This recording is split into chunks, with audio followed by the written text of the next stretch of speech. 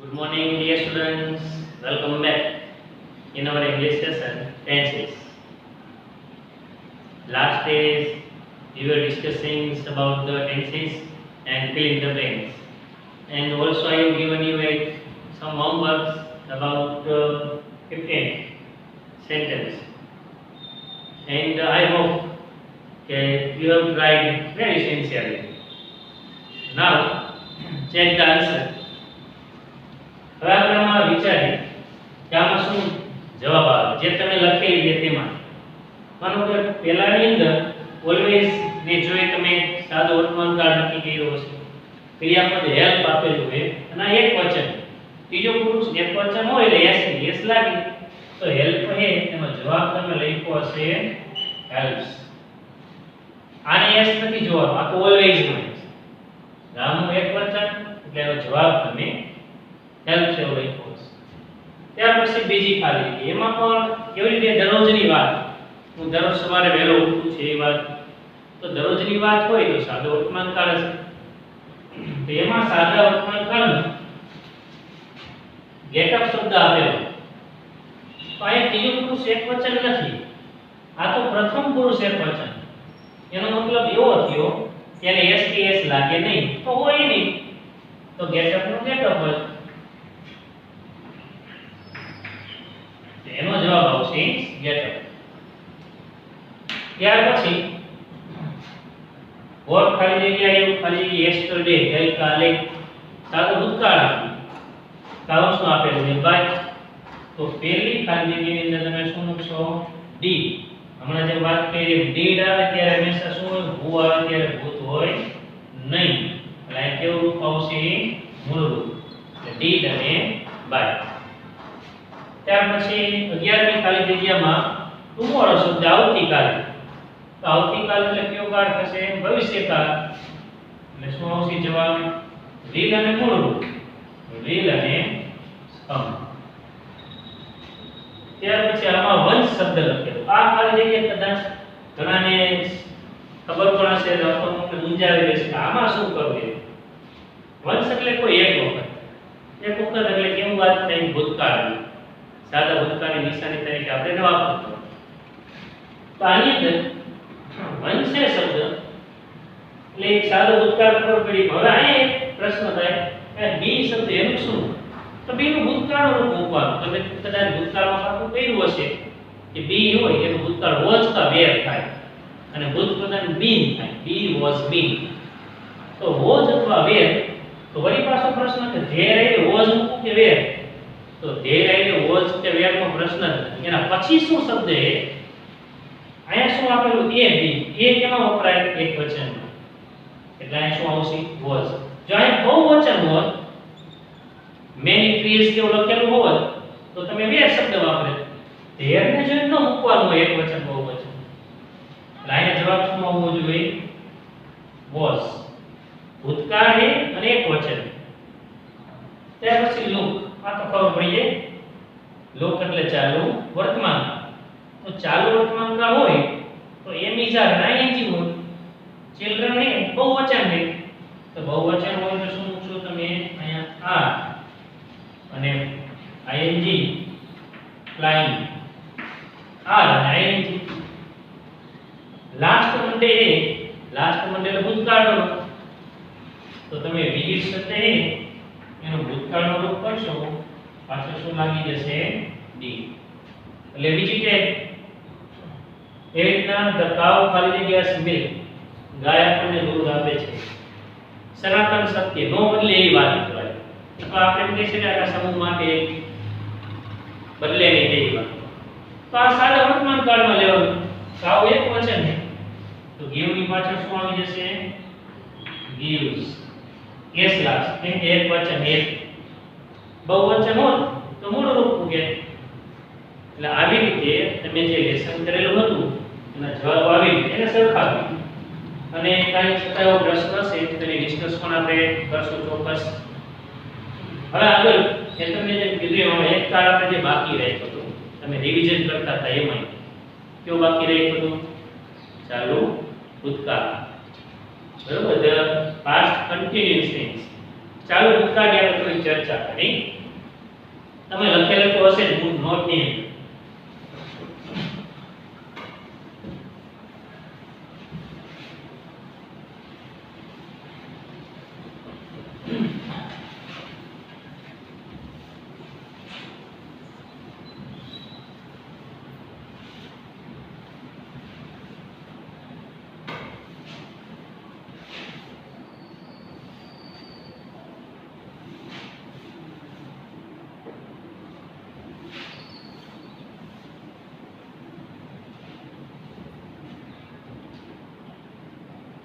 જો ચાલુ ભૂતકાળનો ઉપયોગની જો તમને વાત કરું તો ચાલુ ભૂતકાળનો ઉપયોગ તમે શું લખો? તો ચાલુ ભૂતકાળનો ઉપયોગ તમે કેવું લખેલો હશે કે ભૂતકાળમાં કોઈ ચોક્કસ સમય કોઈ ક્રિયા કે ઘટના થઈ રહી હતી એટલે કે ચાલુ હતી તેમ દર્શાવવા માટે ચાલુ ભૂતકાળ તે વપરાય. અથવા આને બીજી રીતે એમ પણ કહી શકાય કે ભૂતકાળમાં કોઈ એક ઘટના બની ત્યારે બીજી ઘટના ચાલુ હતી તેમ દર્શાવવા માટે ચાલુ ભૂતકાળ તે વપરાય. જેમ કે હું તમને એવું કહું કે કાલે સાંજે અમે ક્રિકેટ રમી રહ્યા હતા. કાલે સાંજે એટલે ભૂતકાળ હતું પણ એ ચાલુ ન કહેવાય. પણ કાલે સાંજે ક્રિકેટ રમી રહ્યા હતા કે સાંજે ક્રિકેટ રમવાની ક્રિયા કેવી હતી? ચાલુ. તો જો ક્રિયા ચાલુ હોય તો એને ચાલુ ભૂતકાળ કહેવાય. અથવા મેં તમને જેમ કીધું કે એક ઘટના બની હોય ત્યારે બીજી ઘટના ચાલુ. જેમ કે હું તમને એક ઉદાહરણ આપું. હું જ્યારે મારા મિત્રની ઘરે ગયો ત્યારે તે લખી રહ્યો હતો. તો હું મારા મિત્રની ઘરે ગયો એ સાદો ભૂતકાળ કહેવાય. પણ ત્યારે તે લખી રહ્યો હતો એને લખવાની ક્રિયા કેવી હતી? ચાલુ. તો એ એટલે ચાલુ ભૂતકાળ. આ વસ્તુ એને ખાસ સમજો કે ચાલુ ભૂતકાળની અંદર ક્રિયા હંમેશા કેવી હોવી જોઈએ? ચાલુ જ હોવી. ઈ એટલે એકદમ વાક્ય તમે જ્યારે બોલો, આપણે રૂટીન શબ્દ ઘણી વખત બોલતા હોય. હું જ્યારે બજારમાં ગયો ત્યારે મેં મારો મિત્ર અહીંયાથી જાતો તો સાદું વાક્ય બોલ્યું. શુદ્ધ ભાષામાં બોલી તો જઈ રહ્યો હતો. તે ક્રિયા ચાલુ છે. એટલે આવી રીતે ચાલુ ભૂતકાળ જે છે એની અંદર કોઈ ક્રિયા એને હંમેશા ભૂતકાળમાં ચાલુ હતી એવું દર્શાવતું. આવો તમે ઉપયોગ લખ્યો હશે. એની નિશાનીમાં કદાચ તમે આવી નિશાની લખી હશે.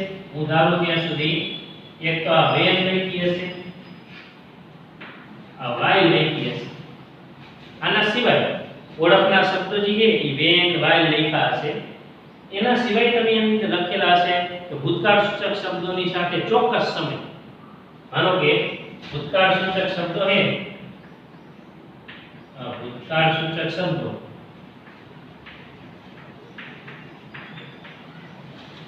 એટલે કે yesterday ને આપણે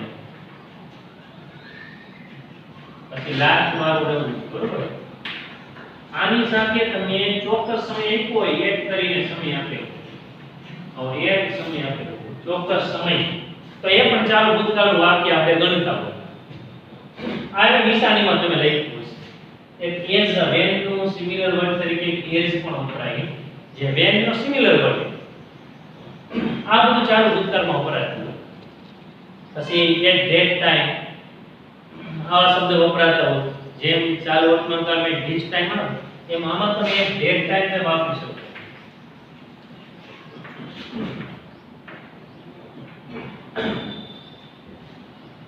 એ ધેટ મોમેન્ટ વાપરી શકો. આ બધું તમે લખેલું છે. એની રચના તમે આવી લખી હશે. આનો જવાબ તમે લખ્યું એ શું લખ્યું? આની રચનાની અંદર આવું લખ્યું હશે તમે કે કરતા પછી વોઝ કે વેર, બરોબર ને?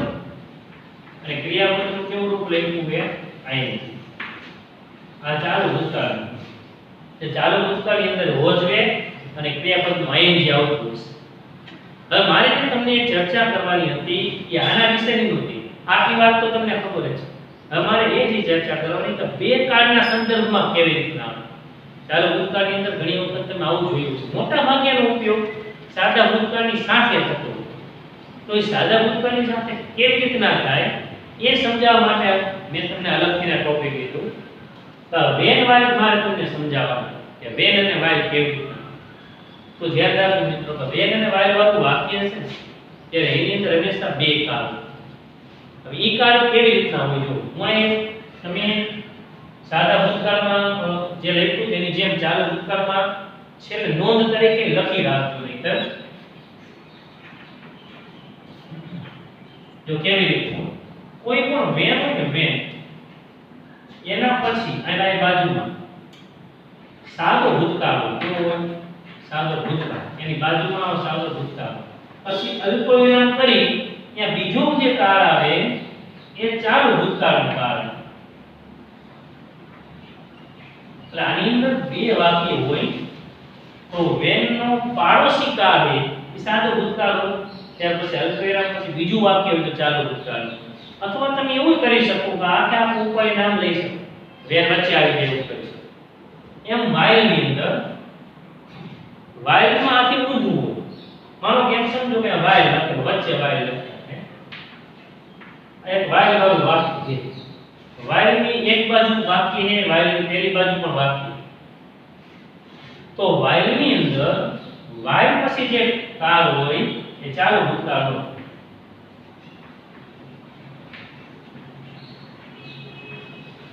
વાઇલ પછી ચાલુ ભૂતકાળ ધ્યાન રાખજો અને વાઇલની પહેલા હોય એ ચાલુ ભૂતકાળ. આના કરતા હું જો વેનનો પાડોશી શું છે ચાલુ ભૂતકાળ વાઇલનો પાડોશી શું થયો ચાલુ ભૂતકાળ. આ લખ્યું છે એટલે તમને એમ થાય આના પછી ચાલુ ભૂતકાળ પણ આમાં એના પછી નથી આના પછી તો સાદો ભૂતકાળ પછી ચાલુ ભૂતકાળ. બીજું આમ તમને લખે કદાચ નહીં સમજાય હું આને વાક્યમાં તમને લખીને સમજાવું. જો આનું વાક્યમાં લખું છું when I saw my friend અલ્પવિરામ he ખાલી જગ્યા to બાજાર આ કૌંસમાં આપ્યું ને હો. આ બે વાક્ય આ વેન પછી અહીંયાથી તે આટલું વાક્ય એટલે કે આમ સમજો ને આટલું એક વાક્ય ત્યાર પછી અહીંયાથી લઈ અને અહીંયા સુધી બીજું વાક્ય. હવે આ ખાલી જગ્યા જો તમે વેન થી જોઈ આ હવે આ લખેલો વેન અને આ જો તો વેનનો પાડોશી શું છે સાદો ભૂતકાળ. તો વેનનો પાડોશી સાદો કરતા પછી ભૂતકાળનું રૂપ કરતા પછી ભૂતકાળનું રૂપ એટલે કેવું થયું આ સાદો ભૂતકાળ. પછી અલ્પવિરામ તો અલ્પવિરામ હવે જે આવી શું આવશે ચાલુ ભૂતકાળ શું આવશે ચાલુ ભૂતકાળ. આ ખાલી જગ્યા ચાલુ ભૂતકાળની આ હવે જો મારી ખાલી જગ્યા પૂરવી હોય તો વોઝર અને આઈએનજી ની જેમ હું શું મૂકીશ અહીંયા એક વચન એટલે વોઝ અને ગોઈંગ. હવે જો આને બે કાળના સંદર્ભમાં ગુજરાતીમાં સમજો. જ્યારે મેં મારા મિત્રને જોયો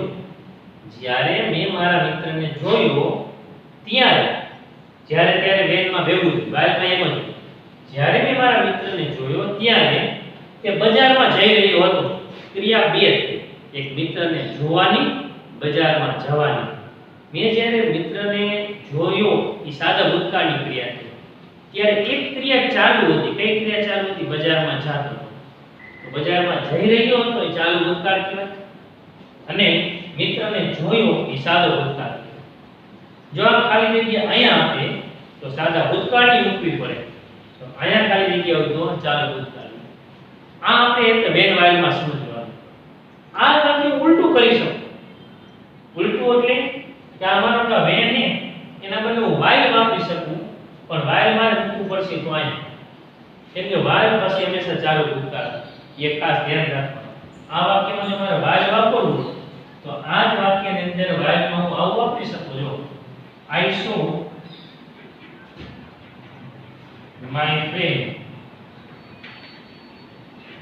I saw my friend. While તો એમાં અલ્પવિરામ નહીં મૂકવાનું હશે.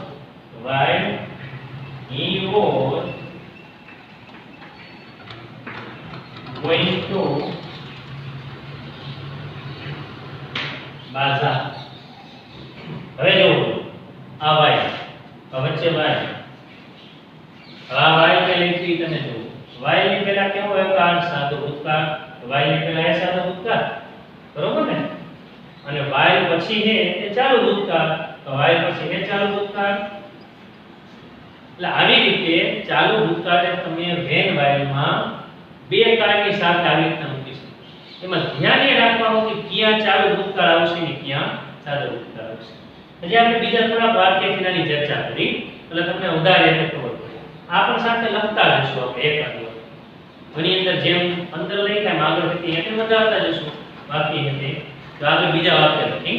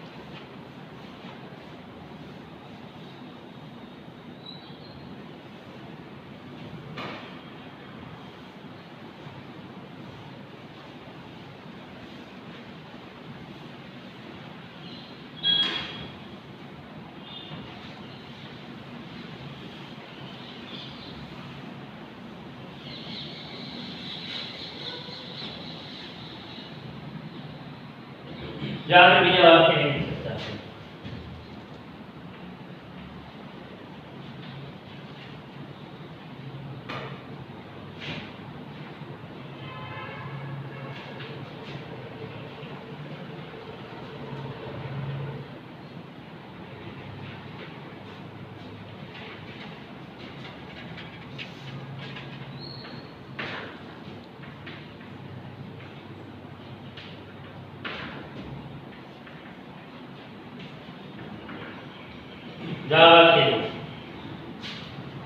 Whenever teacher came, સાદો ભૂતકાળ. Whenever teacher came, we ખાલી જઈને in the class talk એટલે વાતો કરી. આમ જોઈએ તો આ વાક્ય જોઈશું તમને એવું લાગશે ઓ આ તો આપણું રોજિંદુ વાક્ય. કેમ કે આ વાક્ય તો રોજિંદુ આપણે એમ થાય કે ચાલુ ભૂતકાળના બદલે સાદા વર્તમાનકાળમાં લેવાની જરૂર છે. કેમ કે જો તમે ચર્ચા કરો કે જ્યારે અમારા ટીચર આવ્યા ત્યારે અમે ક્લાસમાં વાતો કરી રહ્યા હતા. હવે જો એમાં વિચાર કે જ્યારે અમારા ટીચર આવ્યા એટલે સાદો ભૂતકાળ ત્યારે અમે વાતો કરી રહ્યા હતા. તો ટીચર આવ્યા ત્યારે એક ક્રિયા ચાલુ હતી. કઈ ક્રિયા ચાલુ હતી? વાતો કરવાની. તો વાતો કરવાની ક્રિયા ચાલુ હતી તેથી તેને આપણે કેમાં લઈશું? ચાલુ ભૂતકાળ. એટલે when પછી સાદો ભૂતકાળ અને ત્યાર પછી અલ્પવિરામ અને બીજું વાક્ય શેનું આવશે? ચાલુ ભૂતકાળનું. તો અહીંયા આપણે શું લખશું? we એટલે બહુવચન, were એટલે talking. આ ચડાઈને લગાડ. આવી રીતે સાદા ભૂતકાળની સાથે આ ચાલુ ભૂતકાળ. એ રીતે જો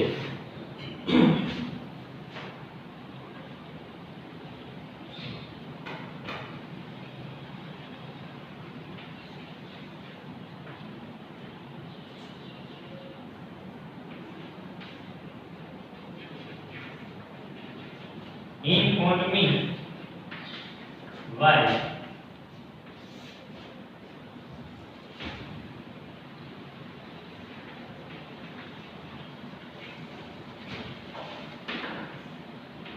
કાઉન્સમાં લખે અહીંયા સ્લીપ.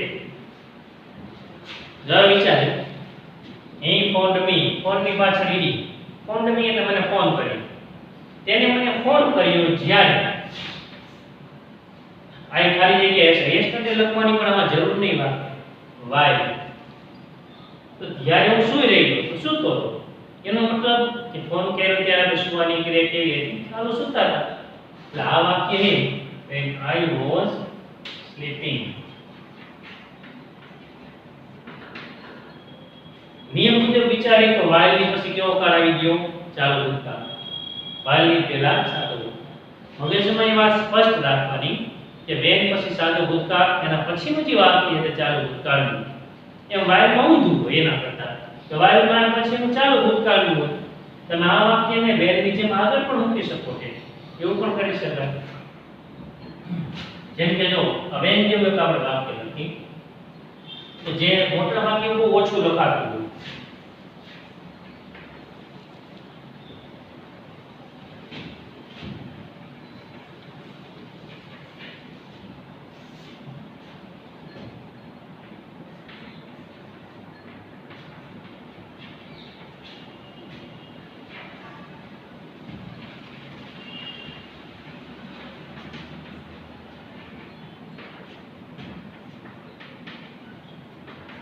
આમાં તમને વધારે જોવા મળશે.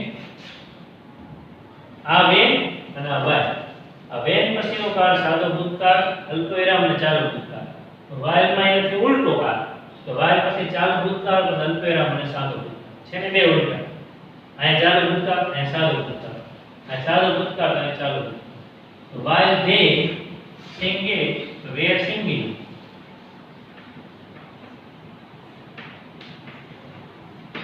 તો while they were singing, the teacher called names. એટલે આવી રીતે તમે ચાલુ ભૂતકાળના વાક્યને તે when અને while માં ડબલ વાક્યના સંદર્ભમાં તમે લખી શકતા હો સાદા ભૂતકાળની સાથે. આનો મતલબ એવો નથી કે ચાલુ ભૂતકાળનું વાક્ય એકલું ન જોઈએ. ચાલુ ભૂતકાળનું એકલું વાક્ય લખી શકાય, પણ જેનો ઉપયોગ બહુ ઓછો, ડબલમાં એનો ઉપયોગ વધારે. તમે જ્યારે કોઈ યુનિટમાં પાઠમાં જ્યારે વાક્ય ભણતા હશો ત્યારે એકલા વાક્ય કરતાં એ ડબલ વાક્યમાં તમને વધારે જોવા જશે. એકલું વાક્ય પણ જોઈ લો આપણે.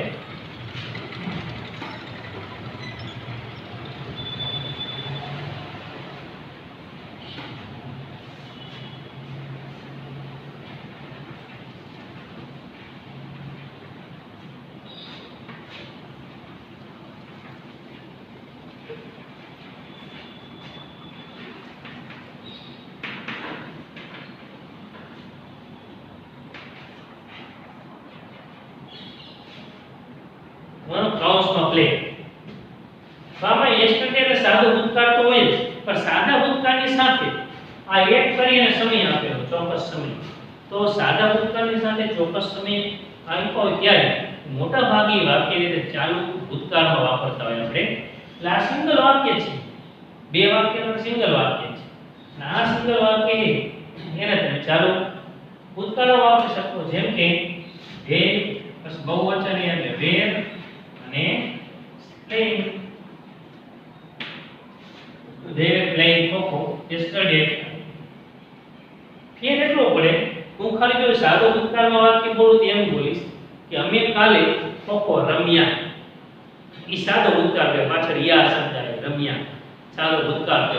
પણ જો આ વાક્ય આવું હું બોલું કે કાલે અમે ખોખો રમી રહ્યા હતા, તો ઈ છે કે ચાલો કાલે સાંજે 5 વાગે અમે ખોખો રમતા હતા, આપણે એવું બોલતા હોય તો ઈ એટલે ચાલુ ભૂતકાળ કહેવાય. ભૂતકાળમાં કોઈ ચોક્કસ સમય ક્રિયા ચાલુ હતી એમ કહેવાય. મિત્રો આયા સુધીનું તમે બાકી નોટમાં ઓલી 15 ખાલી જગ્યા પ્લસ 5 આ ઉમેરી દેજો એટલે કેટલી થઈ જશે? 20 ખાલી જગ્યા થશે. એટલે 20 ખાલી જગ્યામાં લખી રાખશો. આ 20 ખાલી જગ્યા આપણે જે લખી શું હતું કે આઠમા ધોરણનું અત્યાર સુધીનું એક રિવિઝન હતું, કાળનું રિવિઝન.